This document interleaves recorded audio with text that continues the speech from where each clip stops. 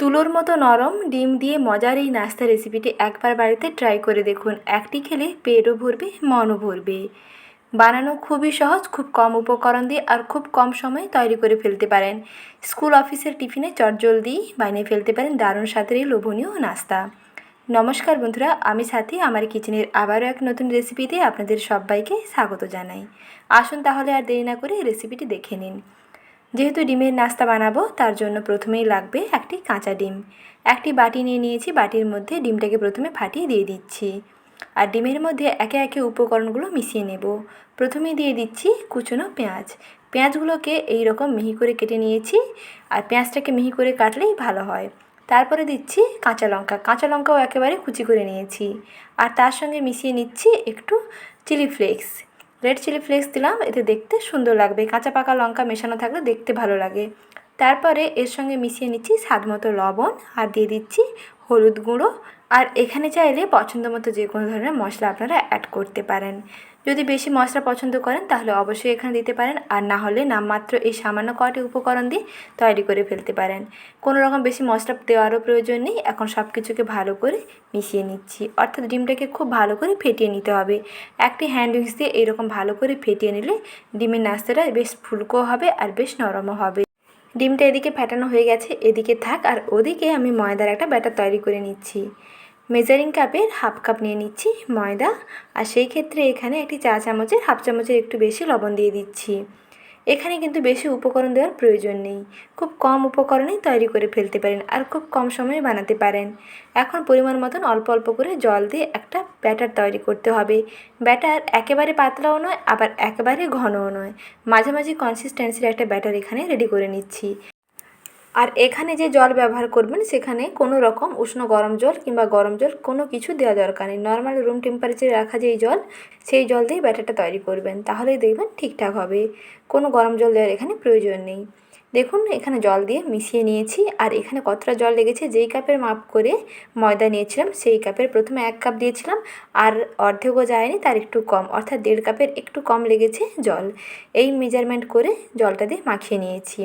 Batter এখন দেখুন একটু পাতলা আছে, কিন্তু এইরকম যখন মাখতে থাকবেন, মাখতে মাখতে ব্যাটারটা দেখবেন অনেকটা ঘন হয়ে যাবে।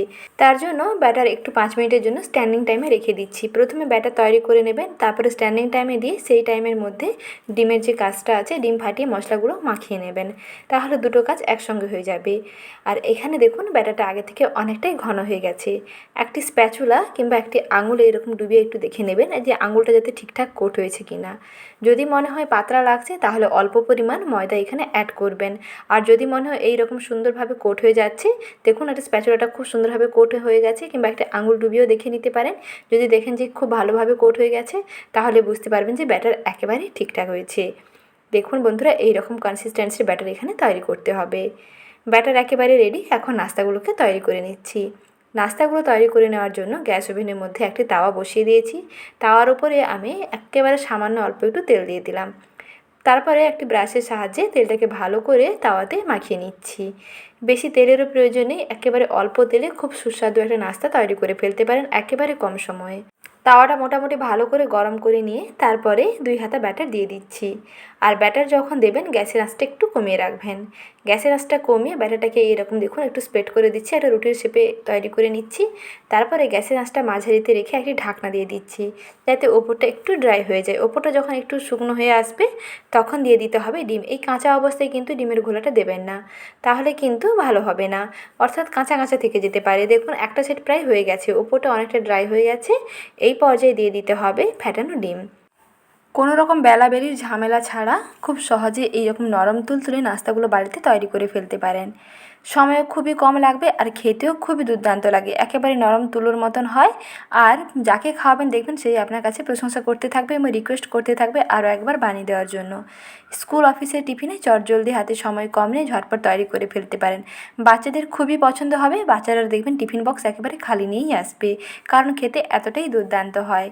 তারপরে দেখুন ওপর থেকে এইরকম আবারও 1 চামচ তেল দিয়ে তারপর একটি ঢাকনা দিয়ে ঢেকে দিচ্ছি। গ্যাসের আঁচটা একেবারে মাঝারি থেকে কমের দিকে রেখেছি। গ্যাসের আঁচ কমের দিকে রেখে একটুক্ষণ সময় নিয়ে ভাজতে হবে, যাতে উপরে ডিমটা একটু সুন্দরভাবে ভাজা হয়ে যায়। উপরে যে ডিমটা আছে এটা যখন একটু ভাজা হয়ে যাবে তখন এক সাইড থেকে এই রকম ফোল্ড করবেন। এইভাবে ভাঁজ করে নিলে নাস্তাটা দেখতেও ভালো লাগবে আর খেতেও দেখবেন দুর্দান্ত লাগবে। যে কোনো নাস্তা আপনি যদি একটু পরিপাটি করে সাজিয়ে নেন তাহলে দেখবেন দেখতে সুন্দর হলে তা খেতে দেখবেন অবশ্যই সুন্দর হবে। আর একই জিনিস যদি একটু আকর্ষণীয় করে বানিয়ে নেওয়া যায় তাহলে দেখবেন সবাই পছন্দ করবে। বিশেষ করে বাচ্চাদের টিফিন বক্সে যদি এইরকম একটু আকর্ষণীয় কিছু দেওয়া যায় তাহলে বাচ্চাদের দেখবেন খুবই পছন্দ হয়। তাই বাচ্চাদেরকে মাথায় রেখে এইরকম নাস্তাটা তৈরি করে ফেলতে পারেন। তারপরে অল্প একটু তেল এরকম সাইডগুলোতে দিয়ে একটু ভেজে নিচ্ছি। রুটিটাকে একটু ভেজে নিলে ভালো লাগে খেতে। রুটি দেখবেন বেশ নরম তুলতুলে হবে আর খেতেও দেখবেন দারুণ লাগবে। বেলাবেলির ঝামেলা ছাড়া খুব সহজে তৈরি করে নিতে পারেন এই রকম ডিম পরোটা। ডিম পরোটা আপনারা অনেকভাবেই খেয়েছেন, তবে এই রকম নতুন ধরনের একটা ডিম পরোটা রেসিপি আজকে শেয়ার করলাম।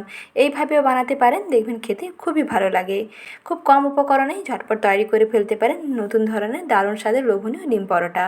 এই পরোটাগুলো যদি আপনারা আটা দিয়ে বানাতে চান, গমের আটা দিয়ে, তাহলেও হবে। খুবই হেলদি হবে আর প্রসেসটা একই থাকবে, বাদবাকি ময়দার বদলে শুধু আটাটা যাবে। তাহলে দেখবেন দারুণ হবে। এই পদ্ধতিতেই বানিয়ে ফেলতে পারেন আটা দিয়ে ডিম পরোটা। যেটা পছন্দ হয় সেই মতন বানিয়ে ফেলতে পারেন। আজকে রেসিপি দেখলেন, খুবই হেলদি এবং খুবই টেস্টি আর খুবই সহজ একটি নাস্তা রেসিপি শেয়ার করলাম। তুলোর মতো নরম এই সহজ এবং লোভনীয় নাস্তা রেসিপিটি আশা করি ভালো লেগেছে। ভালো লেগে থাকলে ভিডিওটিতে প্লিজ একটি লাইক করবেন, সঙ্গে চ্যানেলটিকে সাবস্ক্রাইব করে নতুন বন্ধু হয়ে সঙ্গে যুক্ত থাকবেন। আর এই রকম সহজ সহজ রেসিপি পেতে চ্যানেলটিকে সাবস্ক্রাইব করে পাশে থাকা বেল আইকনে অল বাটনটিও প্রেস করে রাখবেন। নতুন ভিডিওর আপডেট সবার আগে পেয়ে যাবেন। আপনারা সবাই ভালো থাকবেন, সুস্থ থাকবেন। আবারও শীঘ্রই হাজির হচ্ছি নতুন রেসিপি নিয়ে।